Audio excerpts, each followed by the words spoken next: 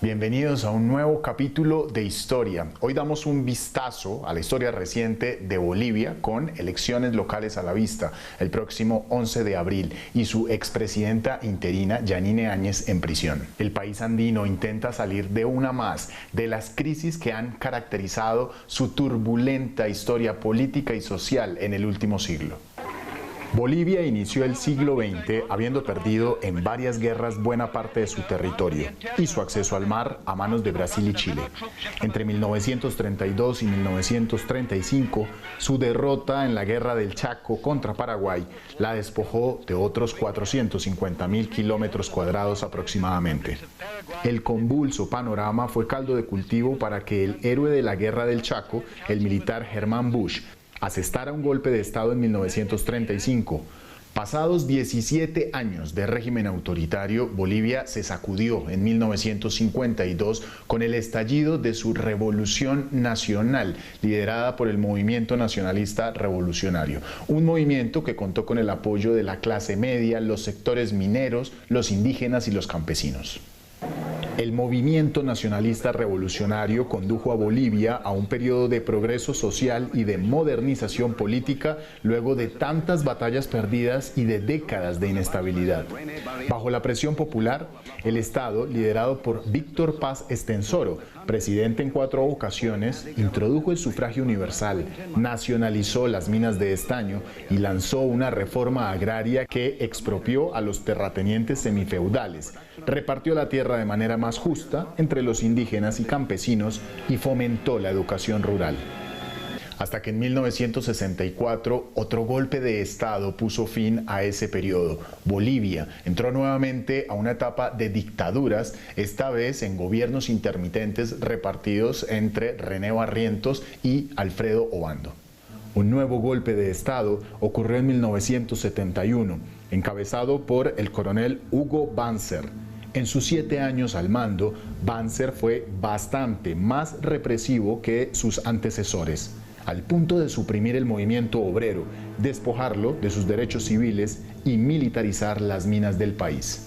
Hugo Banzer dimitió en 1978, presionado por una dilatada huelga de hambre de mujeres mineras y por la oposición, que lo acusaba de represor, de corrupto y de haber contraído una enorme deuda extranjera.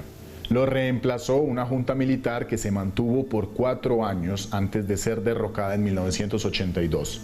En aquel año, Bolivia comenzó una serie de gobiernos democráticos en medio de una crisis económica severa. Cabe recordar que para 1984, Bolivia sufría una hiperinflación superior al 20.000% anual, producto en buena medida al profundo endeudamiento internacional. El desempleo aumentó del 20 al 30% y llevó al despido de 23.000 mineros estatales. Además, los salarios disminuyeron un 40% en un lapso de 2 años. Para finales de la década de 1990, la calidad de vida de la mayoría de habitantes en Bolivia rayaba en la miseria. El descontento social estalló en violentos levantamientos populares como el ocurrido en Cochabamba en el año 2000 por la privatización del abastecimiento de agua potable. Quien fungía como presidente era de nuevo el exdictador Hugo Banzer, en una Bolivia con huelgas, cortes de carreteras y enfrentamientos entre el ejército y las comunidades indígenas y campesinas. Contando a Banzer, que renunció en el 2001, en un plazo de 4 años, se sucedieron 5 presidentes. La inestabilidad política, la renuncia en bloque de los ministros que no sabían cómo recomponer la economía, los impuestos a los salarios y la controversia por la exportación de gas natural exacerbaron el sentimiento insurrecto de las comunidades indígenas. Para las elecciones de 2006, el creciente movimiento indígena logró una victoria.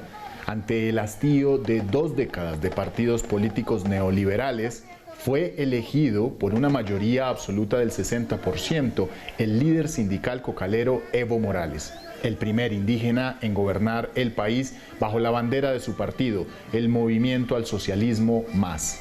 Morales rápidamente nacionalizó la industria de hidrocarburos y contó con la suerte de recibir mayores ingresos por las exportaciones de gas, a razón de un alza del precio internacional. Las políticas de Evo Morales frenaron la pobreza y le dieron al país un crecimiento del 5% en su Producto Interno Bruto durante sus primeros años de gobierno. Evo Morales fue reelegido por amplias mayorías en 3 ocasiones, pero tras insistir en una cuarta candidatura presidencial y además de la denuncia de un presunto fraude en los comicios electorales de 2019, perdió el apoyo de los militares y se vio obligado a renunciar y a exiliarse en Argentina. Durante su exilio, Bolivia fue liderada por el gobierno interino de Yanine Áñez, quien a lo largo del año de pandemia de coronavirus de 2020 aplazó la realización de nuevos comicios electorales, mientras la justicia abría procesos contra Evo y varios de sus funcionarios. Finalmente, las elecciones se llevaron a cabo el 18 de octubre de 2020, dando por vencedor a Luis Arce, antiguo ministro de Economía de Morales y candidato del MAS. Evo pudo retornar al país el 9 de noviembre. La expresidenta Yanine Áñez fue detenida el 13 de marzo de 2021, acusada de sedición y terrorismo por una presunta conspiración de golpe de Estado para derrocar a Evo. Otro episodio más de una larga historia de golpes de Estado, dictaduras y un pueblo que ante la mínima crisis se levanta en masa. Hasta aquí llegamos. Soy Andrés Suárez Jaramillo. Gracias por compartir estas historias que las encuentran en los programas de France24.com.